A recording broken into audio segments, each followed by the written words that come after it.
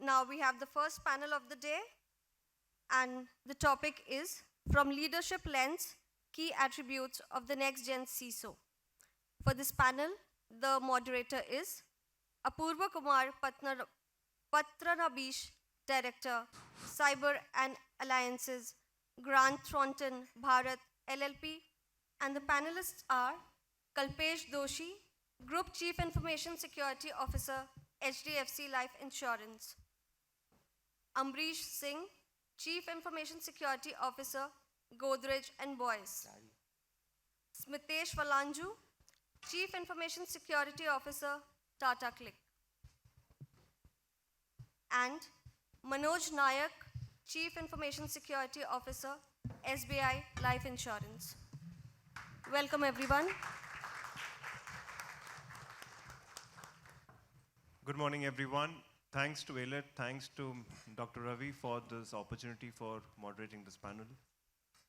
We have a very illustrious panel today. And for the interest for every attendee and audience out here, we try to make the process much more informative because we've got very senior folks with us here who have got years and years of experience. Plus, very important is that we have got a diversified panel across industries. To set the context, CISOs are the most important part of the process for any company. And what you're talking about is the key attributes of the next-gen CISOs. So the way we're going to structure our panel discussions for 1 hour will be about 40-45 minutes of pure discussion across the leaders who are sitting on the dais right now, and about 10 minutes of Q&A, and then 5 minutes we can wrap it up, what we have been the key learnings of this panel. To set the context, let me pick up the first part of the discussion. Is before talking about the evolution, let's talk about the role or evolution of a CISO as a role. Right? I think that's important. The way we'll start is that probably each of the panelists can take about 2 or 3 minutes of time discussing their journey, discussing what they have seen, the evolution of a CISO as a role, and that will be helpful. I would first request Mr. Kalpesh to start it by setting the context. Morning, everyone. Morning. That's good. I see a very young, young chap. So I hope we all make sense with him, right? So we'll keep on asking, do we make sense? And if he says, yeah, we are making sense, we know we're doing good today. Wow. Congratulations. Great, dear. Yeah, great. What's your good name?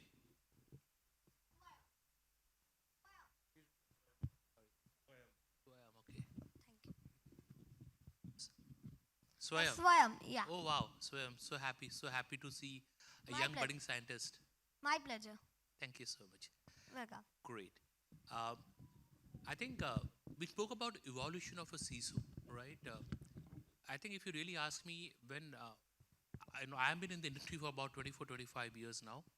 So let me put it this way. The first CISO, the designation of CISO was only a thing that came up in 1994, 95. It is when Citicorp, which is now Citigroup, appointed a person, it was Steve Katz, as their CISO, right? When I started my journey it was never a CISO, it was more of a role where you would do some additional responsibility being part of the IT or the EDP department, right? Because way back in 99, internet is not what it is today, right? Been honest to you, maybe some people may have memories. I'm sure Swayam would not even understand what I'm saying right now. But we used to have the modem, and we used to have that dialing thing which would happen, and just few KBs of download that would happen. Internet was not prominent in a lot of corporates, right? We started seeing internet getting more and more prominence. We started seeing internet penetrating into the industries, right? Our phones that time they were never smartphones. It was just a replacement of your landline to something which was mobile and something that worked on wireless. Today, your phones are nothing but they're computing devices, right? So the transformation has been massive. So from an evolution perspective, right, it's a journey that started somewhere in 95. And I think in 2022, right, the amount of progress that cyber security, right, or a CISO or the role has gained is enormous, right? Um, Way back, I was just telling before our session um, that when I started my journey and when I said that I'm in security, the doubt they had is, have you become a security guard? And somebody with my size, they felt, yeah, well, he could be a guard. So they said, पढ़ाया लिखाया और गाड़ी बनाया उनको. So it was no, I'm into computer security. And I'm sure, chaps like, Swayam, when they grow up, they would not have challenges to say that cyber is the path, or securing the cyber is a path or the journey they want to take for themselves, right? I think the evolution has been phenomenal, right? From being simply an extension of a EDP department, right? To the fact that in the small journey, we are an essential part of the board, right? If every report, every survey, it says all the CXOs, the CEO, the CFOs, what keeps them awake in the night is cyber risk, right? So I think the journey is phenomenal. The kind of importance today a CISO enjoys in the organization is phenomenal. I think, for people who follow Spider-Man, right, it says with great power comes greater responsibilities.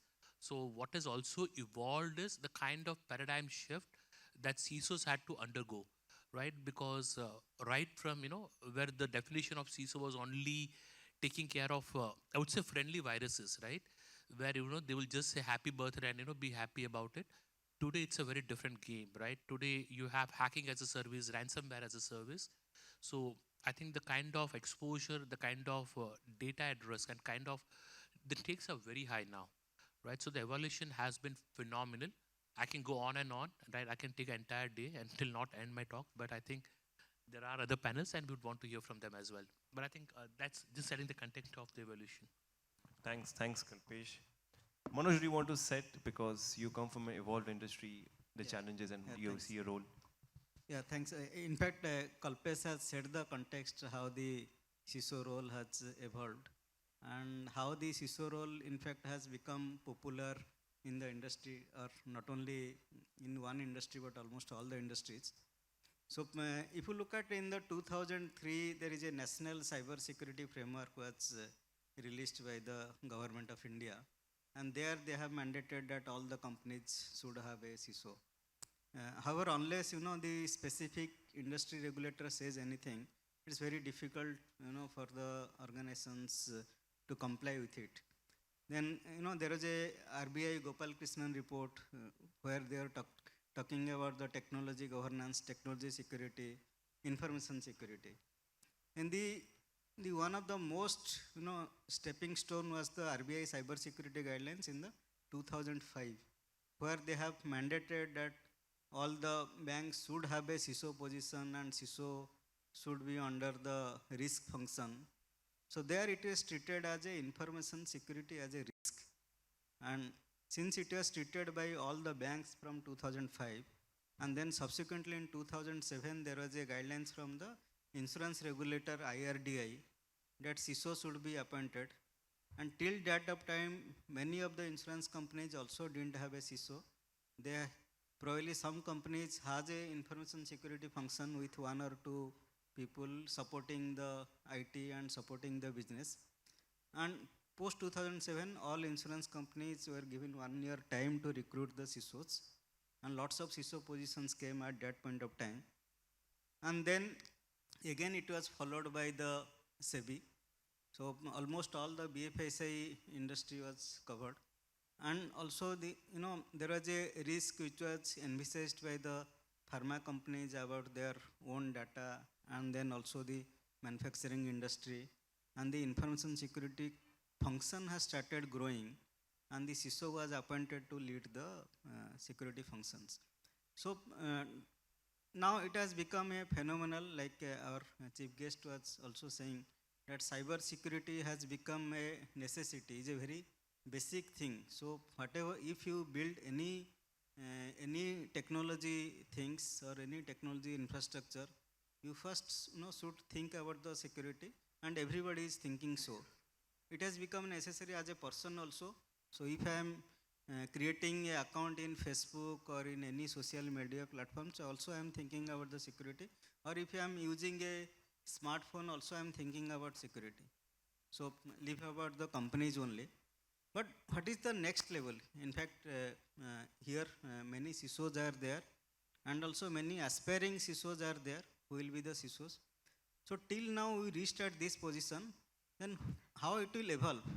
What I think, apart from the CISOs, many positions also are created like Chief Technology Security Officer. Now, various regulations are also coming about the Chief Data Protection Officer. I see a time where, the security functions or CISO only will not be limited to information security or cyber security. It will evolve into a whole gamut of the information risk. So probably it will become a Chief Information Risk Officer. So we have a Chief Risk Officer in the every company. Probably the CISO role will evolve into a Chief Information Risk Officer. And this position will not only look at the technology risks or information risk, probably it will look at the strategy of the company for the information management inside the company. See, now everybody says, information or data is the oil, data is the gold. So in order to protect that data, so the Chief Information Risk Officer will play a major role, focusing on the technology, on the strategy, and on the culture of the company. So we all know about the people, process, technology, which are the key 3 pillars for the information security. In coming years, probably it will evolve into the technology, strategy, and culture. Thank you. Thank you so much. I think that sets the context very well. Ambarish, would you want to spend some time? I think you come in from a manufacturing, you have seen the evolution at a different level. That'll be great. Yeah. So I build upon what fellow panelists have said. So evolution of CISO I see from my lens is started from the computer security to network security. Then we went to the information security. Now last 5-6 days, cyber security. It started from the consulting role to advisory role, then influencing role. Today at a leadership role in a strategic position. So this entire evolution has happened, one is naturally, one is a lot of regulatory push, because the threat landscape itself has changed. So you had a computer, then network, we wanted a easy collaboration, etc. Then network came into play. Then you want to have collaboration at larger level. The WAN, etc. came into play. Then we started talking about information security because data is being exchanged. Now today you want to talk about cyber security because you're going to the cloud, OT, IoT, smart manufacturing, etc. Because your threat landscape is changing. And that is how you see so many dearth of cybersecurity skills people are hiring at every level. Every organization has got some or other role to fill. In manufacturing, I think cybersecurity just started. If you talk about seriously, if you talk about last 2-3 years, it just started. And they started giving importance to it due to the various reasons. And I think we'll talk about as we progress further. But naturally, it has happened due to the last 2 years, what we have seen in the digital adoption. That is where they saw is that once we are moving into the different regime, then we need to protect our data. That is where we need security professionals. Yeah, that is my initial thoughts. Thank you. Thanks, Ambarish. I think definitely, Smitesh, I think you represent a new age company, the process, right? What do you see the evolution of the role or the culture within it will be great? Sure, thank you. And good morning, everyone. So I think we heard all the views from how the position or the role has evolved, right? I'll just give you a different perspective because I have worked across multiple industries, healthcare, retail, banking, manufacturing, and telecom. One event, right, which I so vividly recollect is when the World Trade Center attack happened in 2001. Now, although it was a physical attack in terms of the terrorism and everything, it has changed the world. And it has changed the world completely. The way people started looking at security, the way people started converging the physical, digital, cyber, and all the aspects. After that, obviously we all know what happened in the US elections, how the influences were taking place, and that's history now. Even today, when we look at these aspects, So one thing which is very clear is earlier the security. So when I was I started my career starting from the technology and then growing through the ranks and then now coming to security world. But earlier we used to be called upon only when there was a security incident, right? When you have a NIMDA attack and when you have a malware and somebody's PC is not working. And that's the time when people or the organizations remembered the security guy, hey, there's somebody over there who can help you to just get things back in operations. And even then, when the security teams were called upon, their role was just to investigate, resolve, and get out of the way for the technology and the business to then restore whatever they have to do, right? The reason being, security at that time didn't have the overview and neither had that complete understanding of the business. So as we started growing into the business, as we started looking into, okay, what really means when we have to secure the business, today, one of the things, and which is even true, right? So today when we share a common risk view, right? What we understand as a CISO, that the risk that the organization is carrying from a technology, business, and all the perspectives, we still have a gap between that view or the perception of the risk between the board, the actual CXO community and the CEOs and the CISOs, right? It's very difficult and challenging to build that common understanding even today. And the reason is very simple, right? So when you talk about the business leaders are expected to manage the business and not to worry about security. At the same time, we probably are looking at security more from a control and a risk mindset, which is inward looking. But now when you expand that view, right? So coming back from the incident management kind of a security function, all the way to a true partner for the business, how do you evolve that? How do you look at that journey?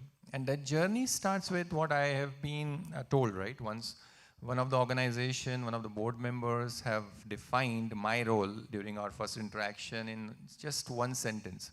Smitesh, you have to ensure that we are never there in the newspaper. That's all. And that's your JD, right? Now, what you make out of it? That's a true business partnership, right? That means that you have been looked upon, that you should know what you need to do, and don't come to me with all these technology solutions and the controls, and I have implemented a malware, and I have implemented a MFA, and so on and so forth. I'm sure you will do that. Tell me something more. And I think that's where we are today. So I think let's hear how do we evolve from there and how do we go ahead in the future. Excellent points. I think we're setting the context right. Let's move to a second very important question, which also a lot of people talk about the basic pillars of the cybersecurity, right? Everybody talks about agile digital transformation, right? I would want each of the panelists to spend a few minutes in your industry, for me a personal experience, right?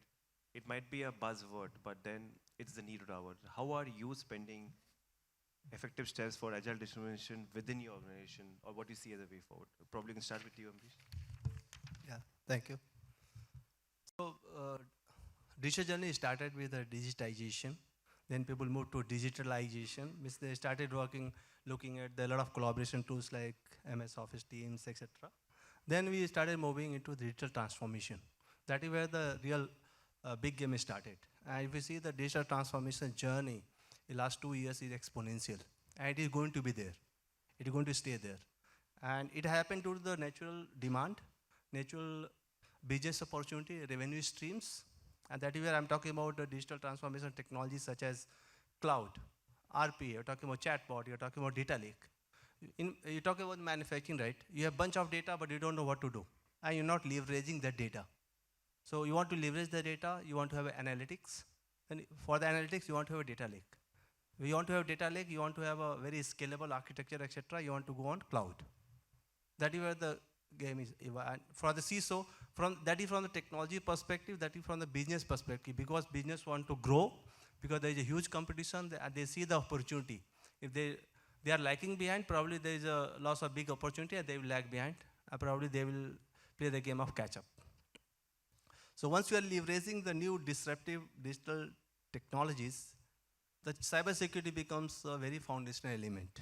Because as CISO, you need to think through you need to be very sharp, have a sharp eye on the how to identify the vulnerabilities and risk you are getting into. Probably a lot of manufacturing industry must have never seen the cloud because they were all on-prem, right? Once you are moving into from on-prem to the cloud, you are going to a different regime. You need to have a very sharp eye on what kind of risks you are going to embrace, how you will ensure that those risks are adequately addressed. Maybe we may not address everything together, but you should have a solid roadmap, what is immediate, what is short term, what is long term. Idea is that what fellow panelist was saying is that businesses, they want to operate businesses smoothly in the new era by using digital technology, disruptive technologies. We as a CISO need to ensure that business operates smoothly without fear of any cyber breach. See, things may go wrong, but it's important that what kind of cyber resilience you have built into the infrastructure and whole ecosystem, because the cybersecurity culture has to play a role. Yeah, thank you. Excellent. Would you want to take this question, Kalpesh? I think you're I think Ambarish did cover it well, right? There's been a journey, right? And we've seen that the technology, your landscape is evolving rapidly. Talking more and more of data analysis, we're talking about more and more of automation, right? Talking about more and more of cloud movement, talking about more and more of digital innovations, right?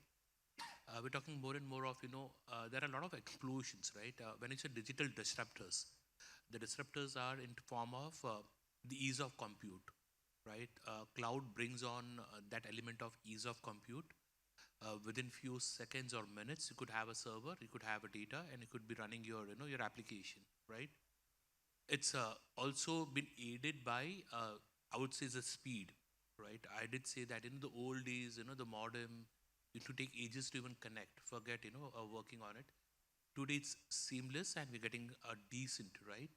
When 5G comes in, we would be in the next era of what you could really do with internet, right? Be in the next era on how the computing would change, where human and machine interaction will be at a different level altogether, right? I think like every other industry, there has to be evolution even at the CISO end, and it would be on how we are going to now secure your digital assets. And there is going to be a major change because how you protect an on-prem is going to be way different than how you protect a data on your cloud, right? It's also the adversaries which are there. Today, you don't need to be a scientist. You don't need to be quite knowledgeable to carry out an attack or launch an attack. Ransomware as a service, right? For a few dollars, if you go to the dark web, for a few dollars, you can get compromised credentials, you just have to pay a few dollars and, you're on your job, right? You get scripts, you get custom-made malware packages. So if you really look at it, it's getting difficult by the day. We have to understand and agree on the fact that the complete industry, the adversaries is an organized industry. It's more than $1 billion industry, right? The beautiful thing for them is they collaborate way better than everybody in this room, right? That changes, the very, the facet of how are we going to defend ourselves. Organizations don't share the data because, we fear if we share, right, we might lose our reputation. People might start doubting our abilities. And I always tell, the question is not whether you'll be breached, rather it's when you will be breached, right? And you have to prepare your organizations that if you live in a world where you say, I cannot be breached, right, as living in a different world altogether. Because when we started our journey, it was very simple, that if our management would say that, what do you do to ensure that you're not breached? The answer is very simple. Disconnect your computer from all the networks, right? Just let it be standby and you are secure, right? So that's how it's been evolving. So, my take on this is, again, it's not a question of whether you'll be breached. It's more about realizing the fact that we would be breached. How are we going to deal with it? It's about understanding what is our dependence. And today, if you ask, every business has critical data on cloud or it's sitting somewhere on your servers, right? So you're going to protect that. And as I said, it's not a fair game. We don't collaborate. Those people collaborate. Those people have easy access to a lot of resources, that can create a havoc in our environments. It's a tough game because it's not about 99 times that you were successful. It's all about the one time that you were not able to defend your organization. And that's what is going to unfortunately get all the news headlines. That's an unfair game, but that's what we all agreed to be a part of. So we can't blame the world on that. That's what we live in. That's my take. Absolutely. I think beautifully put. With phishing kits available at $20 in the market, right? It's become more of a hobby for college kids now, right? To attack into breaches, right? I hope Suvarna's not listening to this. Oh, wow. Smitesh, your view on this? Sure, thank you. That's actually a nice view. Okay, so I think digital transformation when you talk about, right? And again, I'll take a little broader view across the industries I have worked with, including the current one. From an organization perspective, if you look at, right? So digital transformation is not only when you have adopted the cloud or when you have launched, that smart app or when you have all the digital services for your customers. It's much more beyond that. So when you take a top-down view, right? So ultimately, when somebody is sitting in the board meeting and the annual plans are being presented, that okay, we are going to have this whole journey initiated about the digital transformation. The objectives are not about technology adoption. Objectives are different. Objectives are, okay, what is going to be the change in the business revenue? What is going to be the change in the customer experience? What is going to be the change in the business processes?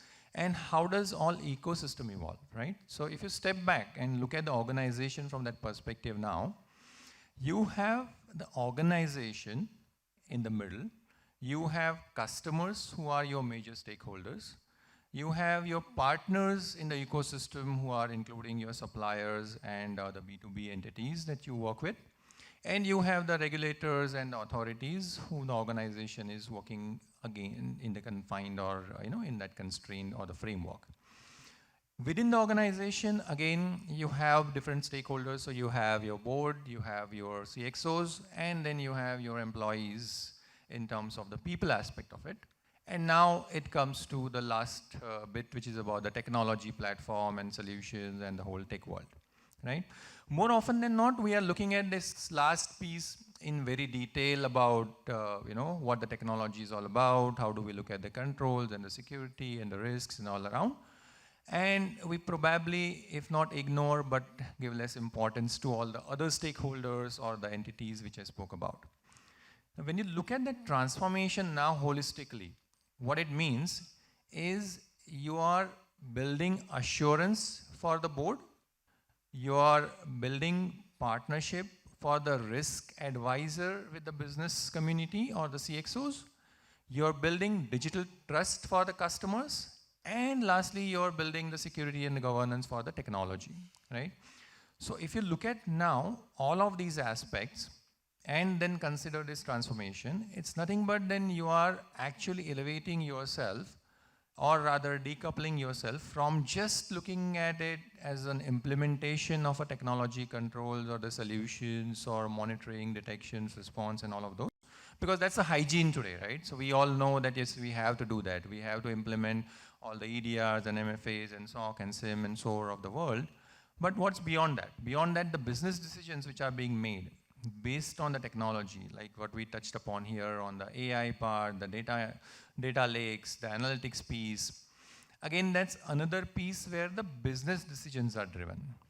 Now, many times when you look at that transformation from now a risk perspective, the business is looking at us not to provide a technology solution, but to tell them what is okay to do, what is not okay to do.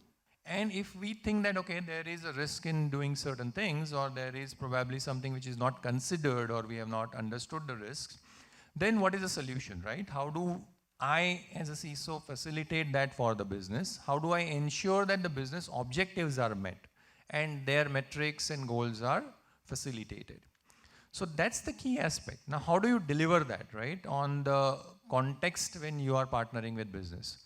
So one of the things, obviously, is then how do you link your security strategy or the journey with business, when you are talking about the business risks, in the digital world today, and like I think what Kalpesh and Manoj has rightly said, there's a convergence between what the CISOs are doing and probably the risk officers are doing in the world, right?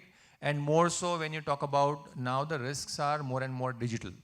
Unlike if you go to a traditional banking environment when the risks were in the form of the money laundering or the cash transactions and so on and so forth, now that's all transferred to digital.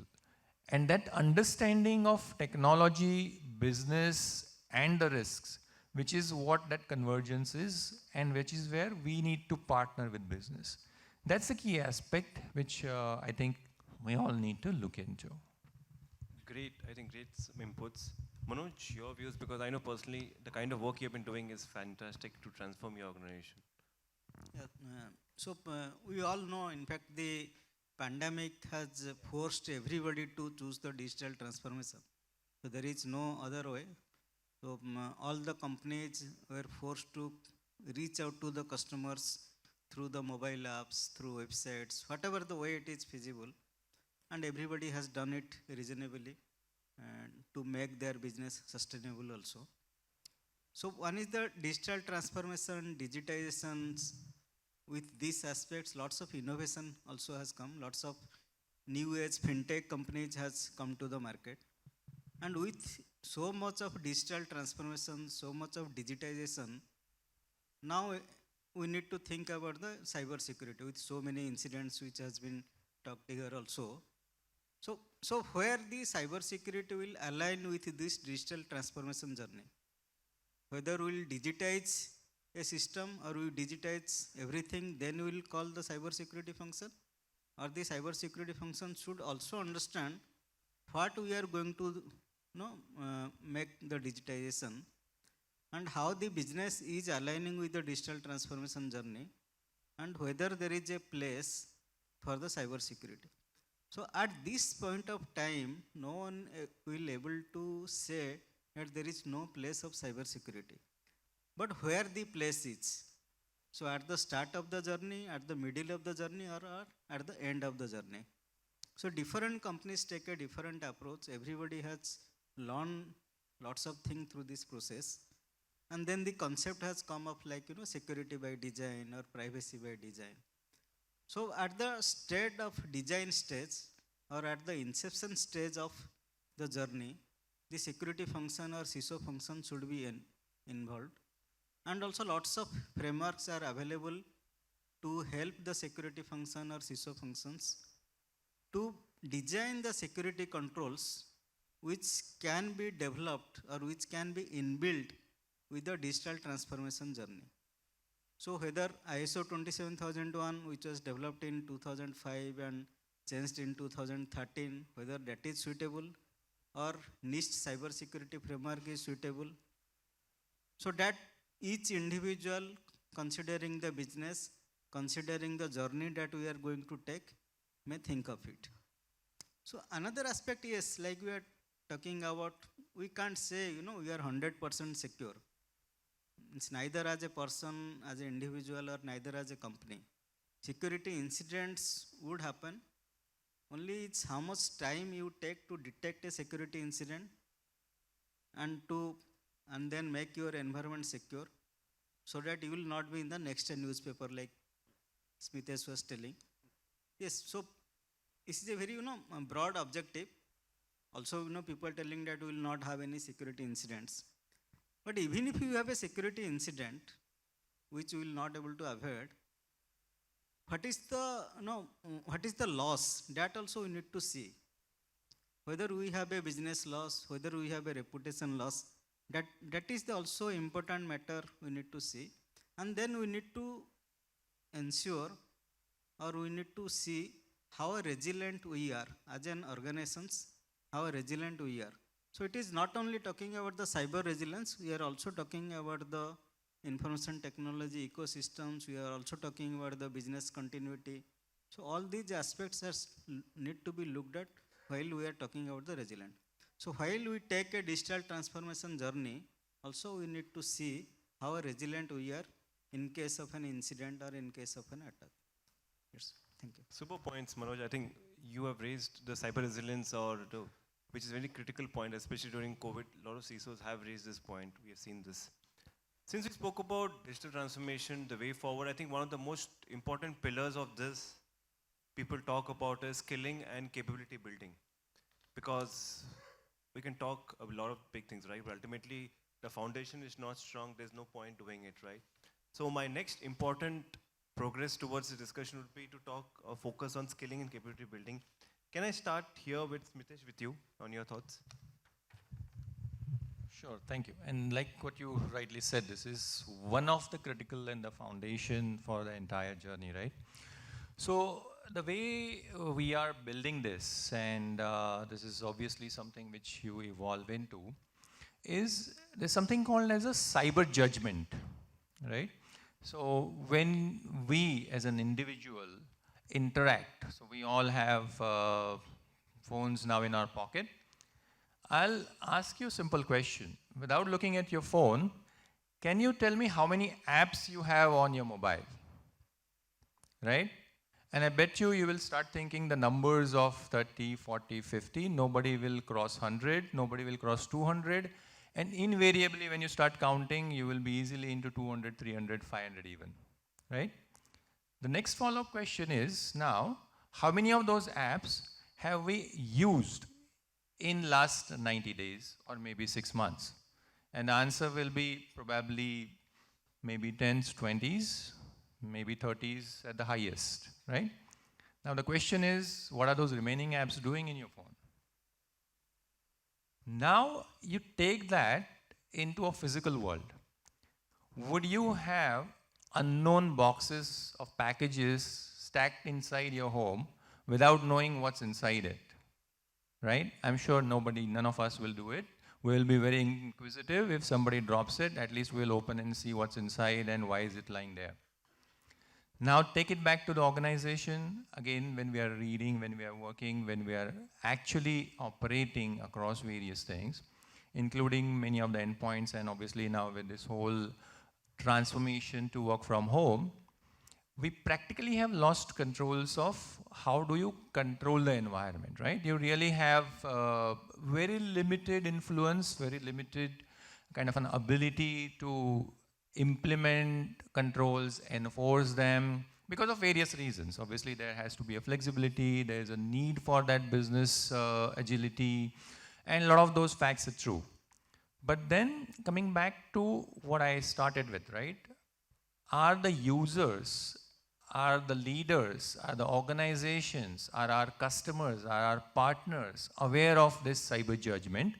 When they interact with our platform, when they interact with our services, when our employees and the businesses share data with their partners, right? When the solution providers come to us, I'll give you one example. So when we look at the new age solutions, when you want to get a customer experience enhancement or launching new services, there are many startups which have very exciting solutions, right? And all of them are obviously based on multiple data analysis, data science, and many IPs which they have designed.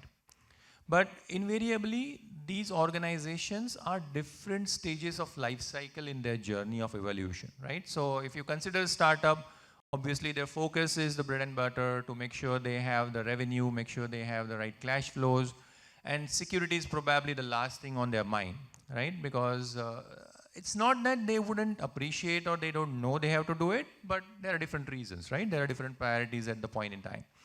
But now think of a mature organization who wants to partner with this kind of a startup, and the startup wants to have your customer data integrated with their platform for whatever the business benefits that your business is trying to achieve. How do you solve these kind of problems, right? So that's where, again, the cyber judgment comes into play. When you have these discussions with business and that awareness, that education, that constant interaction, which is balancing between the business objectives, the outcomes that we are trying to achieve, and do we first, number one, understand the risks we are getting into? Number two, do we have a complete assessment of these risks? And number three, do we understand the impact? And then finally, is that impact within our tolerance, that we have defined as an organization. So once we look at these aspects, I think then that entire awareness, the skilling is an easier journey. Obviously, it's a long-term process. It's not something which happens overnight. It's a cultural shift across the organization, but then it can't be enforced. It has to be built at a foundation level, right? Now, if you consider the same thing on the tech side, when you interact with a lot of technology teams, invariably the organization is obviously made up of, I mean, I just had a short trip at Egypt and I was just connecting the dots while I was speaking. So Egypt is an interesting country, right? So on one side you have like a 4,000-year-old civilization and the ancient pyramids and everything. And on the other side you have most modern cities where much of the foreigners and tourists would like to enjoy, you know, all the beaches and the seas which are beautiful there. And organizations are much like that, right? So on one side we have our legacy systems which we are trying to protect, which we are trying to secure, which we are trying to ensure that they are operating. On the other side, we are running with the speed of light and agility that we are building in the organization. So when you talk about the risk, when you talk about this journey and the skilling across the technology internally and the partners, this challenge is very evident because one of your partner is trying to build a state-of-the-art solution with the data lake and the platform and the AI and ML and everything in place. On the other side, your back-end systems are probably trying to play a catch-up, right? So again, that skilling piece is very critical there because in the tech team, while they are very eager to launch those solutions like we started with, right? So I want to launch that app, I want to launch that customer experience, I want to launch that journey quickly, and I want to have those probably a 15 days or maybe a week kind of a cycle for deployments.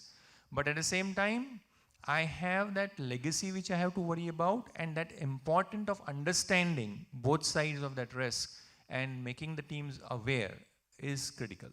So again, coming back to that piece, I think the foundation over there is also cyber judgment, which is a self-awareness in my view. Great inputs. From a tech environment to a hardcore manufacturing environment, Ambarish, I think your complete challenges, thoughts. Yeah, so previously I was heading security for Flipkart, different ecosystem. Flipkart was born on cloud, similar. I share what MCS is saying, is that similar challenges because it's business is on internet. The priorities, requirements, and the challenges, cybersecurity threats are different at Flipkart as compared to Godrej and Boyce. Godrej and Boyce, if you talk about manufacturing, I'm not talking about per se my organization, in general. Manufacturing generally, there are traditional setups. We take Godrej and Boyce as a 120 years old startup kind of thing. That's why we are taking a lot of digital transformation journey ahead. So if you look at, we have complex setup on-prem, we are moving on cloud, OT environment. We want to build a smart product like a smart AC, smart fridge, a smart washing machine. We are building a smart chair, a smart bed, you name it. Everything is happening. We have built, we launched around a smart camera, right? So all things has got, the moment a smart word comes, the connectivity, ease of using the user experience, right? Today we talk about customer delight. Smith also, he was also talking about it. We moved from customer satisfaction to customer experience to customer delight. So the moment the smart word comes, your problems, the cybersecurity risks start increasing. That is why we start looking at the various aspects because business is keen on doing it. So you start thinking about what are the risks you are going to embrace, how you will handle it. That is the first thing. Second thing, if we talk about whole ecosystem, right? A whole ecosystem is thinking about, okay, I need to move into I need to use a certain technology which will give the customer delight. I want to automate certain things like you want to use RPA. It is solving a lot of mundane tasks, right? You want to give a customer better experience that you want to do the chatbot, which will solve a lot of problems what you are handling manually, correct? You want to have a faster response. You want to bring a, what is called, fairness in the responses so that it's not individual driven, it is the technology driving that chatbot and RPA, etc., right?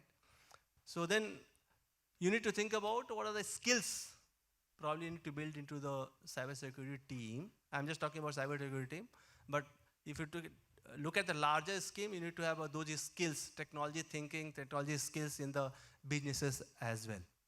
Because you need to have digital champions in the businesses, those who are talking the language of the digital into their business. And take example of the manufacturing, right? They've been thinking in certain way. Now suddenly we are talking about digital transformation. So we need to have a champion, those who are advocating what you are thinking as digital transformation into their own ecosystem. Because they become the digital champion, they are voicing why it is important. What is the advantage you will get once you embrace this technology, right?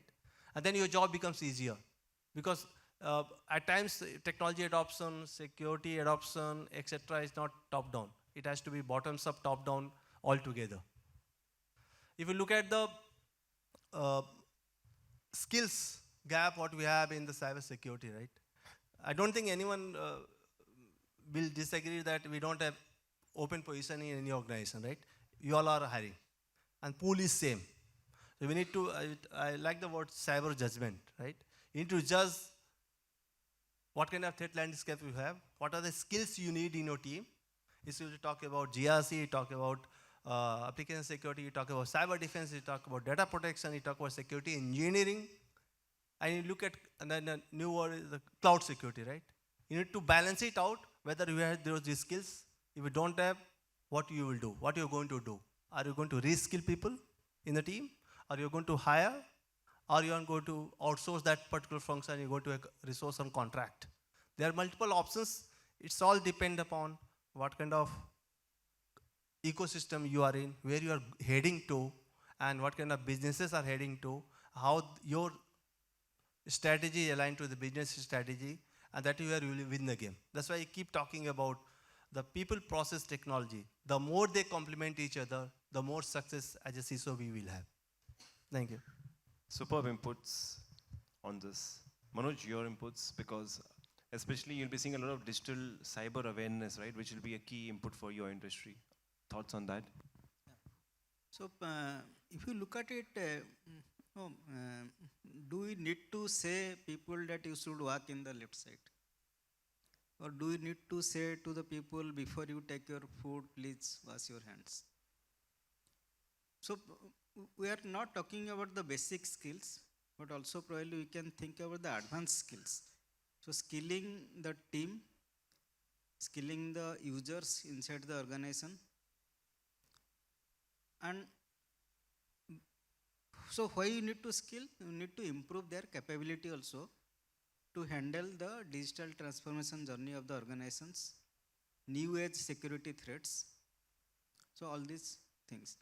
So the organizations, we all know, we have been, we have been observing the Cyber Security Awareness Month. Now the World Computer Security Day is coming. So, and since we have to observe, there is a mandate. So we send some emailers and we conduct some sessions. But also we need to do a strategy that how should we conduct these awareness programs so that at each level, so it is not only the end users, also the information security team members, as well as the IT development team, IT infrastructure team, and as well as the business heads. So the if business head does not understand the requirement of a cyber security inside the digital transformation, the CISO should have a top time in convincing. And the days has gone for the CISOs, just to report the VAPT observations. So we all know that SQL injection is the topmost vulnerability under the Open Web Application Security Project. But still, the security testing is also giving these observations. So this thing itself shows that there is a requirement of skilling the IT development team. So before a IT developer is onboarded into the team, so do we have a framework or do we have a strategy to skill him first on the application security and then allow him to develop or do the changes, necessary changes into the existing applications? It is one thing. And second is increasing the capability inside the organizations, the way it's a security capability or capability of each individual. So when we started talking about that only prevention is not good enough, we also should have a excellent detection mechanism, and all the CISOs has gone into a new generation security operations center or next generation security operations center.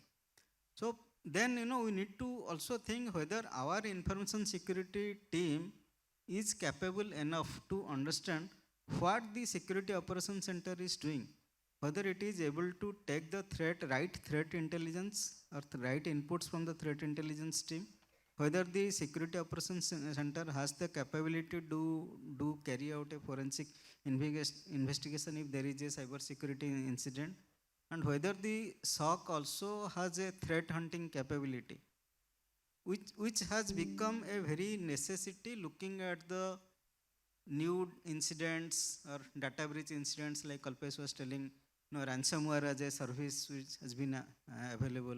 Lots of ransomware groups are available. If you look at the Google, you will find out their names.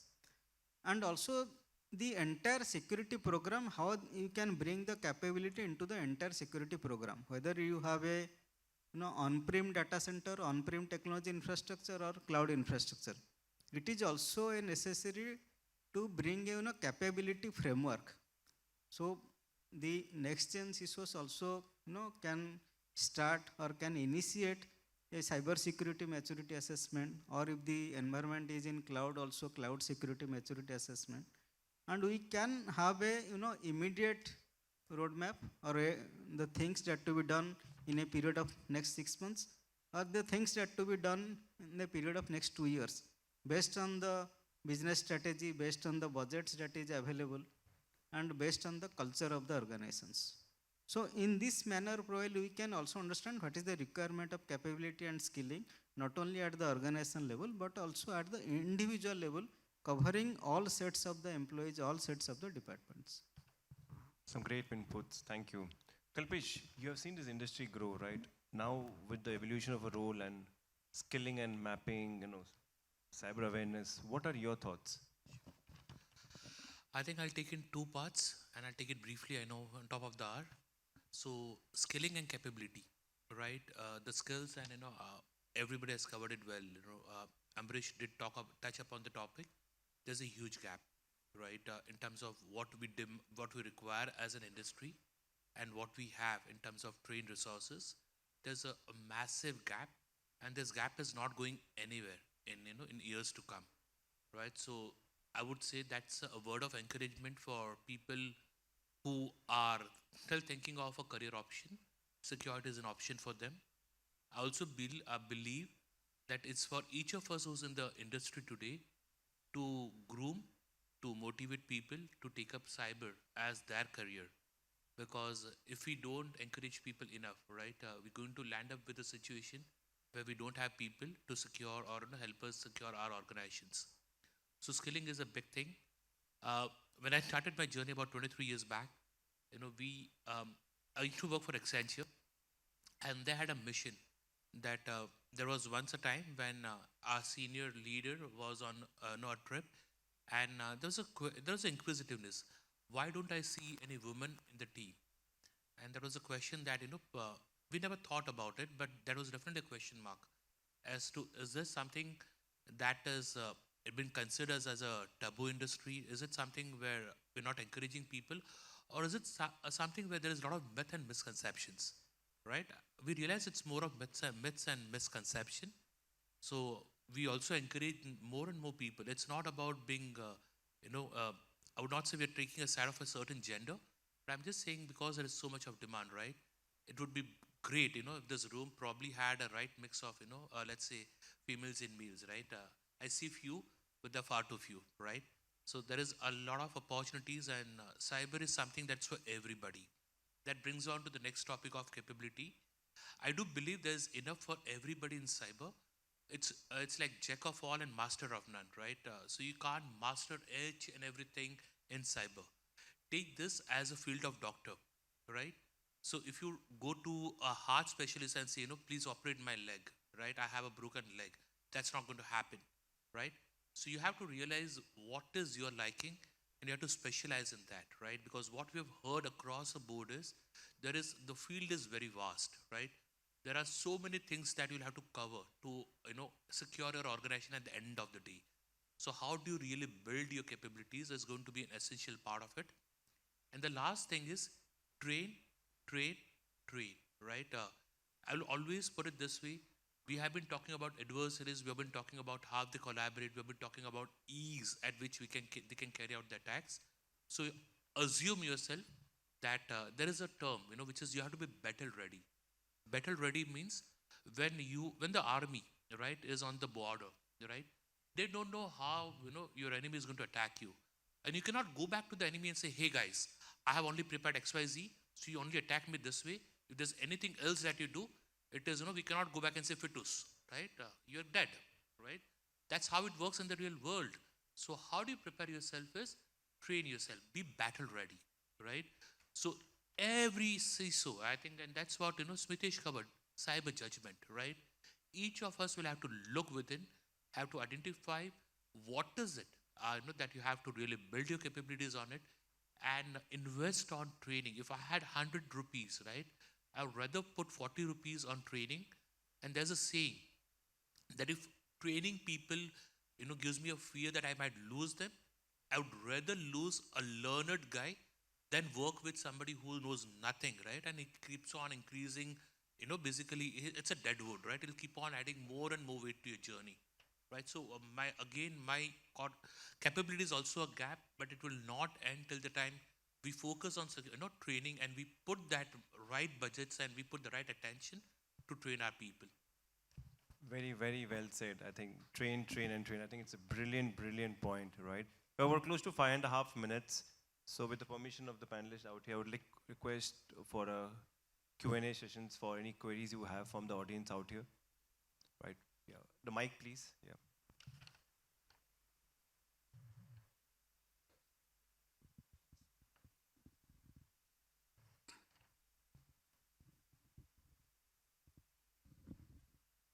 Hi, thanks for the opportunity. It's a great learning session, and one of the panelists mentioned about the way the modus operandi would be in terms of risk understanding, assessment, impact, and the tolerance. So in that context, I am reminded of that case of Cosmos Pune Bank, and this impact that it had. So how you as a CISO experts would like to measure this particular impact for your organization? If That's a great question. Who would like to take this question? Yeah. Great question, sir.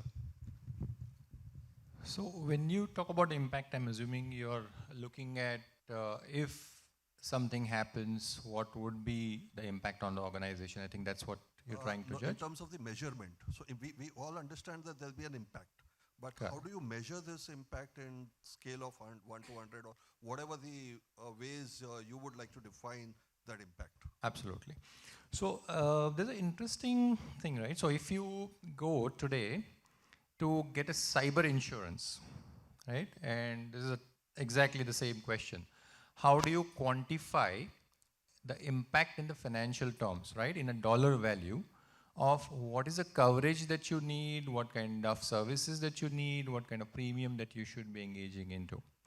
And it's not easy to answer. Obviously, there is a lot of empirical data, there's a lot of analysis around it historically, but every organization is different and you can't really pinpoint a number. But then you can obviously have a best estimates, and the way to arrive at that is in 3 ways. One, as an organization, you obviously know the business value that you are delivering, right?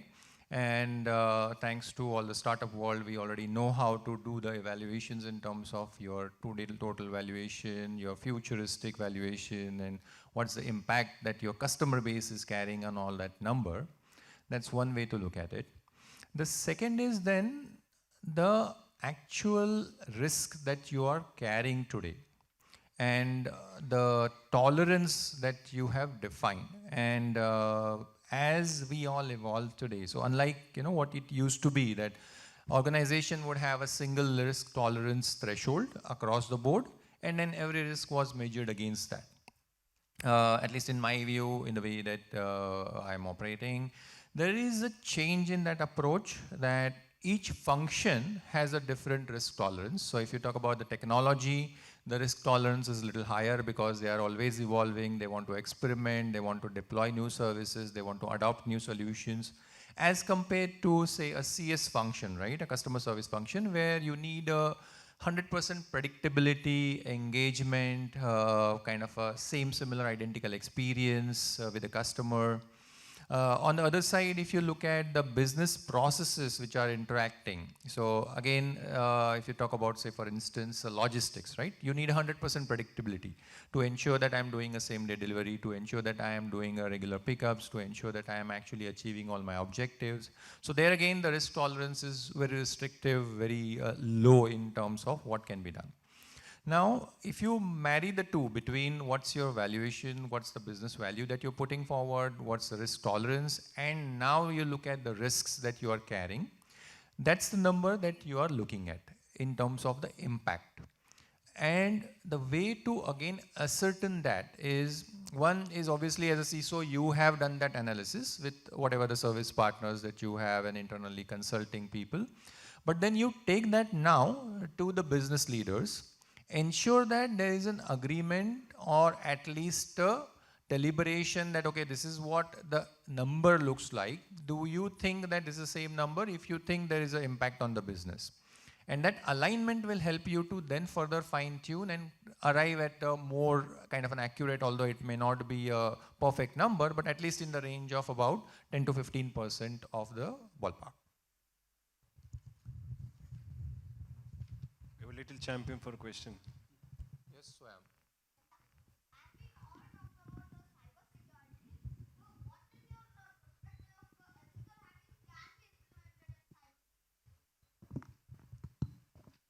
I think Swam, ethical hacking is very much an integral part of your cybersecurity strategy today. We call it every corporate today engages in threat hunting, right? What really happens is, again, it's an evolution, right? So when you talk about ethical hacking, earlier, we used to rely on a set of our own internal people who would run the scans, who will find out all possible vulnerabilities, and you'll try and fix it, right? It's more about, and at that time, you would share your passwords, you'll share your authentication, you'll give them access to your network, all of that. But then we realize that the world is changing, so you need to think like a hacker. And I did say that hackers think differently. So how do you protect yourself? Is it to think like you're hackers? So ethical hacking, and if you're pursuing that, trust me, you're doing the right thing. It has great career promises because every organization today relies more and more on that. In fact, what we should also do is do a bit of Google on bug bounty, because a lot of organizations today pay big time money. So people don't pick up corporate jobs. What they do is freelancing. What they do is they would want to have all the time to do their own research. So they engage in finding flaws on applications. And there are large organizations that pays you good amount of reward. I've seen people getting 30,000 USD for finding good bugs, right? So when you talk about ethical hacking, again, it has a lot of flavors to it. But a short answer to your question is it has a lot of acceptance today. And you're seeing every organization engages at some bit or other. Maybe everybody is in a different phase of adoption, but everybody engages and everybody is using it extensively even today. I hope that helps you.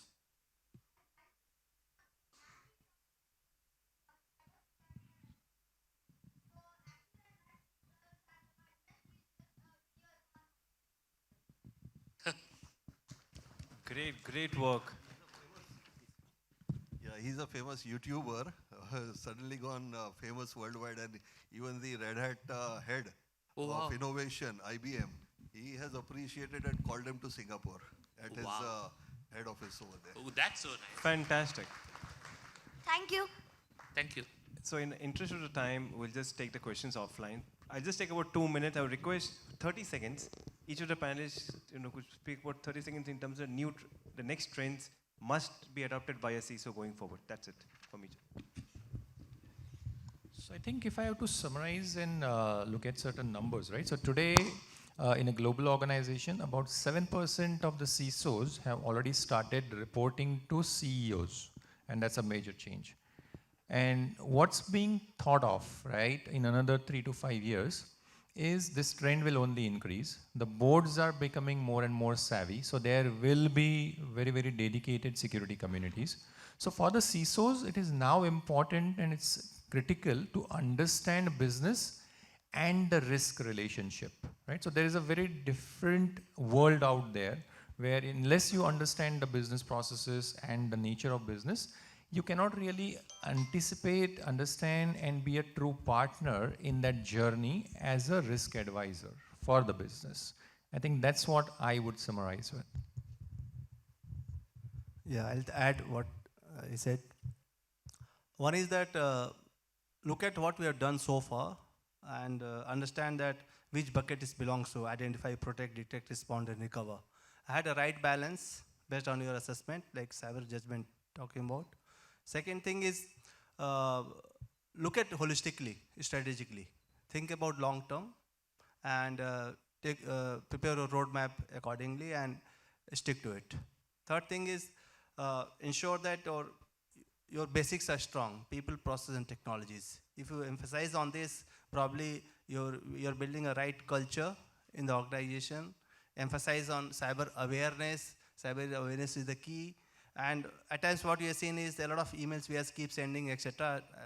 That has become very redundant. That is important, but it is not making that much sense. So I suggest identify your key stakeholder, what kind of employees do you have in your business. Like take an example of manufacturing, I have a people in the shop floor, you have a technology people, you have business people, and probably try to engage from top down to top, from bottoms up to top down. Okay, you're engaging with them, you're talking to them, going to the shop floor, asking them, rewarding them. That is how you'll engage. Yeah, thank you. Thank you. Yeah, I think if you really ask me, I don't have a crystal ball to gaze into the future, so no predictions out there. But I can only tell you that don't be so serious about what we do, right? I'm sure, we have always dealt with what comes our way. It's about one thing that will always help you to sail through whatever comes your way is cyber hygiene, right? And it cannot be replaced. Always remember, somebody selling you a tool saying that implement this and your life will change, right? Trust me, only his life will change with the commission he earns on selling that product. Your life will continue to be the same, right? So end of the day, it is your data. End of the day, you will have to take your own judgments. End of the day, you have to take your own decisions. There is no one tool that can give you all the protection of the world. Focus on hygiene, right? Because hygiene would be patching, hygiene would be, making sure that configurations are right, hygiene would be making sure their default pass. So they're very simple things. It's 80-20, right? 20% of your actions can give you 80% protection. Focus on hygiene, and the remaining can be dealt with, and we will have a lot of scientists to, deliberate on that. But even if you take care of hygiene, you'll be taking care of it. Yeah, so Kalpesh has put it very rightly. So go back to basics and then build on it. So the most important is, yes, from a technology savvy CISO to a business savvy CISO, and implementing the business enable security solutions. And also the foremost important, the CISOs has been considered as a change agent inside the organizations. Lots of technology solutions or security solutions has been deployed in all organizations or most of the organizations because it was recommended by CISO. So the another step is CISO also should try how to build a sustainable security culture inside the organization. So if you have a sustainable security culture, I think everything will be fall in place. Thank you. Thank you. That comes to the end of our panel discussion. I think it was extremely productive. We spoke about a lot of issues which are pertaining to the present economy. We spoke about the culture. We spoke about, I think, very beautifully summarized that the future CISOs would not have a JD, right? I think I'll steal your words is that, if my name is in the paper, then you're no longer a CISO, right? That's what the future of CISO is going to be. Thanks to each one of you. I think thanks to my core panelists, each of you have been brilliant discussion. Truly appreciate this. Thank you. The first panel discussion of the day, and indeed a very insightful one.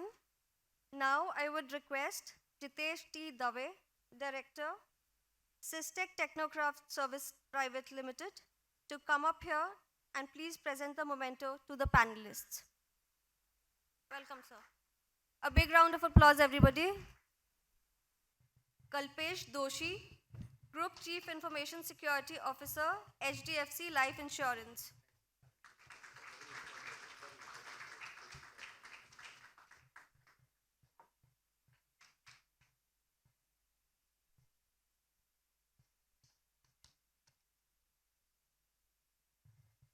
Ambarish Singh, Chief Information Security Officer, Godrej and Boyce. Congratulations, sir.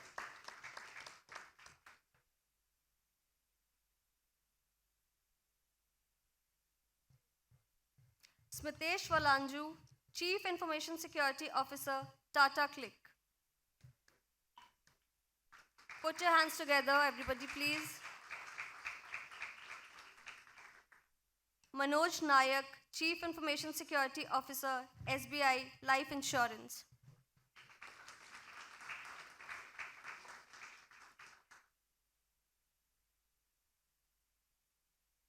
And to Apoorba Kumar Patranabish, Director, Cyber and Alliances, Grant, Thornton, Bharat, LLP. Thank you, sir.